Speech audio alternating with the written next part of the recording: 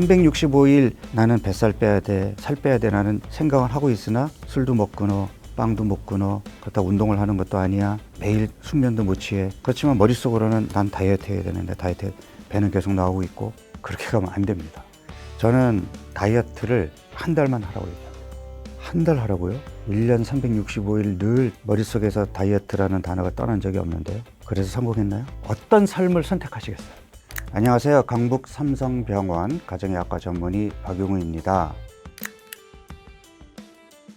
고혈압이나 고지혈증 같은 질병은요, 약을 쓰면 숫자가 잘 떨어져요. 비만은 어떨까요? 약이 있을까요? 식욕 억제제는 치료제가 아닙니다. 꾸준하게 실천을 해야 되거든요. 이게 어려운 점이죠. 그래서 제가 이런 결론에 도달하게 되었습니다. 숫자가 아닌 몸을 관리하라. 비만 치료의 경우라면 체중계 눈금이겠죠. 과연 우리가 치료하고자 하는 것이 우리의 몸이었는가 아니면 그 숫자였는가. 진짜 중요한 건 환자의 몸을 치료해야 되는데 단순한 숫자를 낮추기 위해서 약물 처방에만 의존하는 것은 아닌지 하는 생각을 하게 되었습니다. 우선 잘못된 생활 습관으로 인해서 몸이 망가져서 살이 찌는 현상이 나타났는데 살이 쪘네? 왜 쪘지? 많이 먹어서 쪘나? 식사할 때도 칼로리를 계산해서 저칼로리의 식사를 먹어야 되고, 운동을 해도 칼로리를 계산해서 몇 칼로리만큼 더 먹었으니까 오늘은 몇 칼로리만큼 운동으로 더 소모해야 돼. 이런 개념으로 체중 조절, 비만 치료를 접근했거든요. 그렇게 가면 안 됩니다. 몸은 더 망가지고 더 건강한 몸으로 가야 된다라는 이러한 목표는 점점 멀어질 수밖에 없습니다. 바로 숫자에 집착하기 때문이죠. 체중계 눈금뿐만 아니라 칼로리에 연연해 하는 것도 비만 치료의 걸림돌이 되고 있습니다. 하나씩 좀 풀어갈게요. 사람들은 많이 먹고 안 움직여서 살이 쪘다고 얘기합니다. 아닙니다. 아니에요. 많이 먹어서 찌는 것이 아니라 쉬지 않고 먹어서 찌는 거다. 이게 무슨 말이냐면 칼로리가 과잉으로 남으니까 얘네들이 지방으로 우리 몸에 쌓여서 살이 쪘다라는 거거든요. 근데 이 논리가 맞으려면 사실은 살찐 사람들이 20대 때보다 40대, 50대에 더 많이 먹어야 돼요. 더 많이 먹나요? 살찔까 봐 한 젓가락 먹을 때도 벌벌 떨면서 먹잖아요. 그런데 그 다음날 퉁퉁 붓고 살이 찌거든요. 많이 먹어서가 아니에요. 우리 20대 초반에 활동량도 많았지만 활동량 못지않게 엄청난 양을 먹었거든요. 그렇지만 배가 나오고 살찌지 않았다는 거죠. 칼로리의 개념에서 벗어나야 되는 게 첫 번째고요. 이제 40대 후반, 50대 이제 초반의 여성들이 보통 이런 얘기 많이 하거든요. 저 예전에 50대 초반의 체중으로 돌아가고 싶어요. 갈 수 있다고 다들 기대하고 꿈을 꾸죠. 저는 단호하게 얘기합니다. 못 갑니다. 실제로 못 갑니다. 무리한 다이어트, 굶는 다이어트로 잠깐 그 체중까지 점을 찍고 다시 올라올 수는 있는데 실제로는 불가능해요. 그리고 그 체중으로 돌아가면 안 됩니다. 왜냐하면 20대 초반에 52kg이라는 것은 몸에 지방이 많지 않고 그래도 근육량이 많았었거든요. 나이 들면서 신체 활동량도 떨어지고 오래 앉아있고 하다 보니까 점점 배가 나오고 팔다리가 가늘어졌어요. 이건 뭐죠? 체형이 바뀐 거예요. 우리 몸의 근육량이 줄어들고 복부 지방을 포함한 지방량이 많아진 거예요. 그런데 내가 몸을 바꾸려고 하는 것이 아니라 숫자에 연연해서 다시 52kg로 돌아가려고 하잖아요. 그때의 근육량을 그대로 지금까지 잘 유지해 왔다면 가능.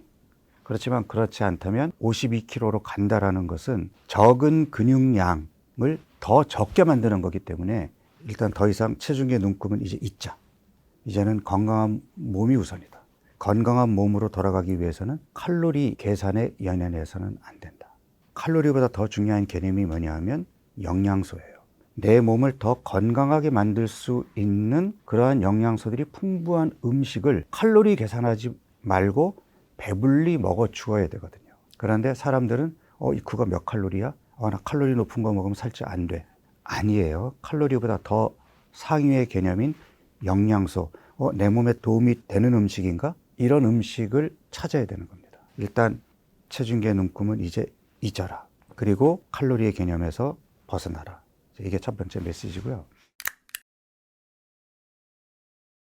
체중이 늘어난다면 혈압은 어떻게 될까요? 불필요한 지방이 더 달라붙어 있는 거예요. 그렇지만 내 몸에 붙어 있으니 나는 산소와 영양분을 공급해 주어야 됩니다. 그러면 심장의 입장에서는 혈액을 공급해 주어야 되는 영역이 더 넓어졌으니 더 힘껏 짜줘야 되고 혈압이 올라갈 수밖에 없어요. 그러면 혈압을 내 몸이 올렸다라는 것은 온몸 구석구석 산소와 영양분을 공급해 주겠다라는 내 몸의 고육지책인데, 병원에 갔더니 이 군살을 빼주는 게 아니라 혈관을 확장시키는 약을 처방해서 혈압을 떨어뜨렸어요. 치료가 된 건가요? 그 혈압을 계속 유지하기 위해서는 평생 약을 먹어야 되는데 그게 치료일까요? 안정적으로 혈압을 잘 유지할 수 있는 몸, 그런 몸으로 바뀌는 것이 궁극적인 치료겠죠. 물론 나이 먹어서 예전에 건강한 몸으로 완전히 돌아갈 수 없다면 적어도 내가 먹는 약의 가지수를 줄이려는 노력은 해야 되겠죠. 약을 먹고 숫자가 정상으로 떨어졌으니 나는 치료가 된 거야 라는 생각에 예전에 안 좋았던 습관들, 그러한 잘못된 습관이 그대로 남아있다면 어떻게 될까요? 몸은 야금야금 더 나빠지겠죠. 그러면 처음에 하나를 먹고 조절했던 혈압이 조절이 안 되겠죠. 약의 가지수가 늘어나겠죠. 이게 치료인가요? 약의 가지수가 늘어난다는 것은 내 몸이 점점 망가지고 있다는 것을 객관적으로 보여주는 지표인데, 내가 처음에 약은 썼으나 가급적이면 그 약의 용량을 줄이고 궁극적으로 약을 끊을 수 있도록 내 몸을 더 건강한 몸으로 바꾸려는 노력을 해야 되는데, 그런 노력을 하지 않고 약에 의존하다 보니 약의 가지수가 늘어나서 결국은 고혈압으로 시작했던 병이 나중에 고지혈증도 생기고 당뇨까지 왔단 말이에요. 제가 말씀드린 이러한 예가 어느 특정한 사람의 예가 아니라 보편적으로 제 주위에서 흔히들 볼 수 있는 그러한 어떤 흐름이라는 데에서 저는 좀 안타까움을 느낀 거죠. 1960년대 초만 하더라도 고혈압 치료제는 이뇨제와 베타 차단제밖에 없었거든요. 이뇨제를 쓰고 조절이 안 되면 베타 차단제를 쓰고, 이 두 가지 약을 쓰면 웬만하면 다 혈압이 떨어졌는데, 그럼에도 불구하고 혈압이 떨어지지 않으면 우리는 어떻게 했냐면 비약물요법을 강조했단 말이죠. 싱겁게 드세요. 살을 빼야 됩니다. 규칙적으로 운동하세요. 잠을 잘 자야 됩니다. 스트레스 받으시면 안 되니까 조금 릴렉스 하세요. 이런 내용들을 강조했었어요. 어떻게 보면 그때 그 시절이 조금 더 환자를 위한 치료가 아니었나라는 생각이 듭니다. 많이 먹고 안 움직이는 것이 비만의 원인이라고 진단을 내린 것은 잘못되었다고 얘기했어요. 왜냐하면 우리 몸의 본능적인 대응 반응을 이해하지 못한 결과예요. 본능적인 대응이라는 건 뭐냐면, 우리 몸의 유전자는 구석기 원시 인류 시대랑 크게 달라지지 않았단 말이에요. 그러면 그 시대는 어땠죠? 먹을 것이 지금처럼 풍족했나요? 부족했단 말이에요. 굶기를 밥 먹듯이 했거든요. 식량이 없으면 굶어야 했고, 그런 굶는 상황에서도 우리 몸이 생존하기 위해서 진화해 온 것이 바로 지방 조직입니다. 에너지가 풍부할 때 충분히 먹어서 여분의 에너지를 지방으로 비축해 두고, 에너지가 부족한 상태에서는 비축해둔 지방을 끄집어 썼어야 살아날 수 있었어요. 그게 우리 몸의 지방 조직의 역할이었단 말이에요. 우리 몸이 이를테면 기아 상태가 오래 지속이 되어도 생존하기 위해서는 어떻게 해야 돼요? 비축해둔 에너지를 최대한 아껴야 오래 살겠죠. 우리는 살을 빼기 위해서 의도적으로 식사량을 줄였으나 우리 몸은 음식이 적게 들어오네, 기근 상태에 빠질지도 모르겠다라는 본능적인 판단을 하면서 우리 몸에 비축한 에너지를 아끼려는 모드로 들어가요. 이게 바로 기초대사량이 떨어지는 겁니다. 그래서 적게 먹으면 곧바로 기초대사량이 떨어져요. 우리가 느껴요. 신진대사가 느려지게 되고 손발이 차고. 그러면 기초대사량이 떨어지면 어떻게 되죠? 적게 먹어도 살이 안 빠지는, 체중이 안 움직이는 정체기가 오겠죠. 정체기가 오면 어떻게 하죠? 병원에 달려가서 식욕을 억제하는 한약 성분이 들어있는 한약이나 주사를 맞고 식욕을 억제시켜서 더 식사량을 줄이죠. 우리 몸은 어떻게 되죠? 기초대사량을 더 떨어뜨려요. 그 다음에 우리가 한없이 그런 약을 먹을 수는 없잖아요. 약을 끊는 순간 눌려왔던 식욕이 갑자기 확 올라오면서 나는 조금 더 먹었을 뿐인데 체중은 원래 체중보다 더 늘어서 끝나게 되죠. 이게 지금 바깥에서 하고 있는 적게 먹는 다이어트의 문제점이에요. 과감하게 1년 중에 한 달을 딱 날을 잡고 큰맘 먹고 중요한 약속 아니면 약속도 뒤로 미루고 온전히 내 몸을 위해서 내가 투자하겠다고 생각하고 술 끊고 밀가루 끊고 정말 하루 세 끼를 내 건강을 위해서만 24시간을 보내겠다는 생각으로 좋은 음식 챙겨 먹고, 평소에 운동 안 했다면 이때만큼은 헬스클럽 찾아가서 운동하고 식사 후에 나가서 10분 20분 산책하고 아예 저녁 밤 10시, 11시에는 그냥 침대에 들어 잠이 오든 안 오든 나는 7시간 이상 숙면에 투자할래. 그리고 좋은 생각만 하려고 하고 한 달만 그렇게 살아보는 거 어려울까요? 한 달 그렇게 살아보잖아요. 몸이 바뀝니다. 그렇게 해서 내 몸을 바꿔놓잖아요. 그럼 그 다음에는 본인이 느끼거든요. 화장실 가기 힘들었던 몸이 아침마다 화장실도 잘 가게 되고 아니 이런 몸이 됐는데 다시 예전 몸으로 돌아가고 싶으세요? 이거를 1년에 한 달씩만 매년 반복해서 실천한다면 이게 쌓이면 어떻게 될까요? 나와 같은 나이의 친구들은 이미 저만치 나빠져 가고 있는데 나는 여기서 조금 나빠졌던 걸 이렇게 돌렸다가 천천히 나빠졌다 다시 돌렸다 거리가 점점 멀어질 수밖에 없잖아요. 나이 70, 80에도 그 건강을 많이 잃지는 않을 거라는 것을 저는 자신 있게 말씀드릴 수 있습니다. 간헐적 단식의 가장 큰 장점이 뭐냐 하면 지속적인 저칼로리 다이어트와 달리 기초대사량이 안 떨어집니다. 그리고 근육이 안 빠집니다. 그러면 훨씬 건강한 몸을 만드는데 효과적이지 않겠어요? 왜 기초대사량이 떨어지지 않을까요? 저는 간헐적 단식의 효과를 제 스스로도 체험을 했고 저한테 오는 환자분들에게도 충분히 피드백을 받았기 때문에 지금도 적극적으로 간헐적 단식을 권하고 있거든요. 적게 먹는 다이어트의 첫 번째 문제가 기초대사량이 떨어진다는 점. 두 번째가 뭐냐면 근육이 빠집니다. 사실 지방 빼기 어렵잖아요. 똑같이 어려운 게 있어요. 근육을 붙이는 겁니다. 지방은 빼기 어렵지만 잘 붙잖아요. 식사가 부실하면 무조건 근육이 빠지게 돼 있어요. 저칼로리 식사를 강조하잖아요. 무조건 근육이 빠집니다. 근력 운동하고 유산소 운동하고 운동을 열심히 하면 되지 않나요? 운동을 제 아무리 열심히 해도 내 몸에서 필요로 하는 총 에너지 섭취량만큼의 음식이 들어오지 않으면 근육이 빠질 수밖에 없어요. 그럼 근육이 빠진다는 건 뭐죠? 기초대사량이 더 떨어진다는 얘기죠. 다시 잘 먹으면 근육이 원래대로 회복이 될까요? 안 됩니다. 적게 먹는 다이어트는 기초대사량을 떨어뜨릴 뿐만 아니라 근육을 잃게 만드니까 나중에 살도 더 찌지만 그 다음에 살도 잘 안 빠지고 살이 더 잘 찌는 체질로 바꾸겠죠. 누가 생각해도 말이 안 되는 얘기인데 제가 35년간 비만 치료를 하는데 아직도 저칼로리 다이어트와 유산소 운동이라는 이 공식이 지금도 그것이 치료의 표준 프로토콜로 활용이 되고 있고 전혀 바뀌지가 않았어요. 근데 이게 왜 바뀌지 않았냐면은 이 현대의학의 맹점입니다. 현대의학은 근거 중심의 의학을 따르거든요. 흔히 우리 의사들끼리 하는 얘기가 있습니다. 그거 논문 있어? 객관적인 데이터 있어? 이렇게 얘기해요. 다이어트와 관련된 연구는 어떻게 진행이 될까요? 어떻게 음식을 먹어야 살이 빠질까라는 연구를 한다고 가정할 때 음식을 먹는 어떤 양을 계량적인 수치로 만들어야 객관성이 담보되지 않을까요? 그래서 칼로리 개념이 들어온 겁니다. A그룹은 2000칼로리를 먹게 하고 B그룹은 1500칼로리를 먹게 해야 객관적으로 비교가 되겠죠. 칼로리의 개념은 단순히 연구를 위한 도구일 뿐인데 그러면 1500칼로리로 계산해서 음식을 준 그룹은 배고프겠죠. 평소 먹던 것보다 적게 먹었으니까. 그렇지만 연구자는 얘기합니다. 연구비 받고 여기에 참여했으니까 저희가 3개월 연구하는 동안에는 1500칼로리를 고수하셔야 됩니다. 그 양심 있는 사람들은 배고픈 거 참아가면서 3개월 동안 고수하겠죠. 쉬울까요? 그래서 대부분의 이런 다이어트 관련 연구들이 3개월로 끝나요. 6개월 이상 넘어가는 연구가 없어요. 그래서 1년 동안 지속했다 그러면 박수를 쳐줘야 되지만 얼마나 그 연구 참여자들이 성실하게 했느냐는 의문이 남겠죠. 그래서 억지로 참아서 배고픈 걸 참아가면서 1500칼로리 3개월을 잘 유지했어요. 그래서 이제 통계를 돌려보니까 1500칼로리 식단을 유지한 그룹이 통계적으로 의미 있게 체중계 눈금이 잘 빠졌어요. 이런 논문이 학술지에 실려서 저칼로리 식사가 다이어트에 도움이 된다라는 객관적인 근거로 남는 거예요. 연구 끝나면 다시 원래대로 먹겠죠? 그럼 체중이 어떻게 되죠? 다시 돌아오잖아요. 이거는 연구에 반영이 안 돼요. 저지방 식사가 효과적이냐, 저탄수화물 식사가 효과적이냐. 이것도 이제 논쟁의 대상인데 객관적으로는 저탄수화물 식사가 단기간에는 효과적입니다. 근데 이제 길게 갈 수가 없다라는 게 맹점이죠. 근데 논문에는 양쪽에 차이가 없는 걸로 나와요. 왜 그렇죠? 칼로리가 들어있기 때문에 그렇죠.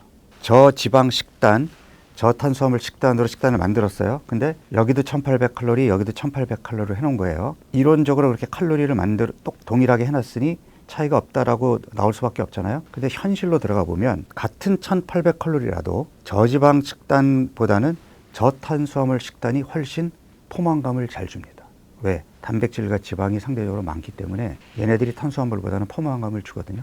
그러니까 더 견딜만 해요. 이쪽은 배고픈 걸 참아야 되고 여기는 배고픈 걸 좀 덜 참아도 돼요. 그렇지만 단기간에는 효과가 비슷하게 나오겠죠. 근데 이걸 길게 가져가잖아요. 저지방 식단을 하는 사람들은 못 참아요. 그러니까 결국 단백질, 지방 섭취가 늘어날 수밖에 없겠죠. 그러니까 이게 그 다이어트와 관련된 논문들이 상당히 어떤 객관성을 이끌어내기가 어려워요. 간헐적 단식의 경우도 마찬가지입니다. 동물 실험에서는 일관되게 건강에 도움이 되는 걸로 나옵니다. 왜죠? 사람들이 통제를 하니까. 우리가 딱 원하는 식단대로 끌고 갈 수가 있단 말이에요. 그런데 사람들을 대상으로 한 임상 연구는 똑같아요. 간헐적 단식의 경우에도 저는 조금 주장을 달리하거든요. 박용우가 주장하는 간헐적 단식은 단식이 중요한 게 아니라 잘 먹는다가 중요한 거예요. 칼로리 계산하지 말고 영양소의 함량을 보고 내 몸에 도움이 되는, 건강에 도움이 되는 음식을 잘 챙겨 먹자가 핵심이 돼야 돼요. 잘 챙겨 먹다가 간간히 굶을 때 간헐적 단식의 효과가 극대화되는 겁니다. 근데 사람들은 어떻게 생각하냐면 16대 8 하고 16시간만 굶으면 돼. 5대 2 하고 이틀만 안 먹으면 되는데 거기에는 단식에 초점이 맞춰져 있지 16시간 굶고 8시간 동안 잘 먹어야 된다는 개념, 이틀을 굶더라도 나머지 5일을 잘 먹어야 된다는 개념이 빠져 있는 거예요. 그러니까 최근에 뉴스에 보면은 간헐적 단식을 했더니 오히려 뭐 심혈관 질환 위험이 증가하더라. 이게 이제 잘못된 간헐적 단식을 하면 어떻게 되죠? 굶기만 하면 돼라고 생각하는 사람들은 잘 챙겨 먹지 못하니 기초대사량도 떨어지고 근육도 빠지겠죠. 저칼로리 식사랑 별로 다를 게 없는 거거든요. 심지어 적게 먹다가 굶어버리기까지 하니 근육은 더 빠지겠죠. 당연히 각종 질병에 걸릴 위험이 더 증가할 수밖에 없거든요. 간헐적 단식을 하느냐 안 하느냐가 중요한 게 아니라 어떠한 방법을 내가 제대로 실천하느냐가 중요한 거죠. 저는 간헐적 단식의 효과를 제 스스로도 체험을 했고 저한테 오는 환자분들에게도 충분히 피드백을 받았기 때문에 지금도 적극적으로 간헐적 단식을 권하고 있거든요. 간헐적 단식의 가장 큰 장점이 뭐냐면 지속적인 저칼로리 다이어트와 달리 기초대사량이 안 떨어집니다. 그리고 근육이 안 빠집니다. 그러면 훨씬 건강한 몸을 만드는데 효과적이지 않겠어요? 왜 기초대사량이 떨어지지 않을까요? 매일매일 배고프게 적게 먹으면 우리 몸의 본능적인 대응 반응이 나타난다고 얘기했죠. 매일매일 영양가 있는 음식을 칼로리 계산하지 않고 배불리 잘 먹는단 말이에요. 우리 몸이 긴장할까요? 긴장 안 합니다. 그리고 아예 하루를 굶어버려요. 그러니까 24시간 단식을 제가 권하는데 그러면 전날 저녁 6시에 마지막 식사를 했으면 오늘 저녁 6시까지는 물만 먹고 아무것도 안 먹는 거예요. 그러면 우리 몸이 비축해둔 지방을 끄집어 쓰겠죠. 그리고 6시부터 또 잘 먹어요. 그리고 내일도 잘 먹고 모레도 잘 먹어요. 잘 챙겨 먹다가 간간히 굶어버리잖아요. 우리 몸이 긴장을 안 해요. 기초대사량을 안 떨어뜨립니다. 적어도 24시간에서 48시간 정도의 짧은 단식의 경우에는 근육이 안 빠져요. 왜냐하면은 성장 호르몬이라든지 글루카곤이라든지 이런 호르몬들의 분비량이 늘어나게 되고 몸에서 적극적으로 지방을 끄집어 쓰는 대사가 활성화된다면 굳이 근육 단백을 끄집어 쓸 일이 없거든요. 그리고 단백질은 평소에 잘 챙겨 먹을 때 든든하게 잘 먹었기 때문에 일부러 근육에서 단백질을 에너지원으로 끄집어 쓸 이유가 없단 말이에요. 잘 챙겨 먹다가 굶는 것은 기초대사량을 떨어뜨리지 않고 근육 손실이 없기 때문에 이만큼 다이어트에 효과적인 방법이 있을까요? 그래서 박용우 다이어트에는 간헐적 단식 꼭 들어가 있습니다.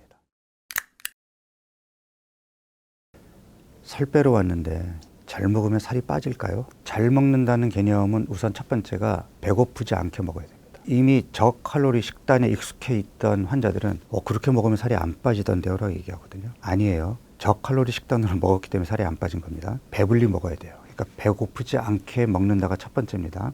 우리 몸에서 배가 고파요, 배불러요, 이제 수저 내려놔야 되겠어요 라고 판단하게 만드는 거는 내 의지가 아니라 우리 몸속 호르몬의 작용이에요. 포만감을 주는 호르몬이 있습니다. 이게 렙틴 호르몬이라고 해서 지방세포에서 만들어서 분비되는 호르몬이거든요. 이 호르몬이 포만감을 줘요. 이 호르몬이 건강하잖아요. 내 몸에서 필요량만큼 들어왔을 때 포만감을 줘서 수저를 내려놓게 만들어요. 그런데 몸이 망가지잖아요. 이 렙틴 호르몬이 빠릿빠릿함을 잃어버립니다. 이걸 의학적으로는 렙틴 저항성이라고 얘기하는데 이러면 내 몸에서 필요로 하는 양보다 더 먹어야 포만감을 느낍니다. 그런데 그런 상황에서 내가 살이 안 찌려면 적게 먹어야 되고 배고픈 걸 참아가면서 적게 먹으면 이 호르몬은 어떻게 될까요? 이 호르몬이 개선이 안 되는 거예요.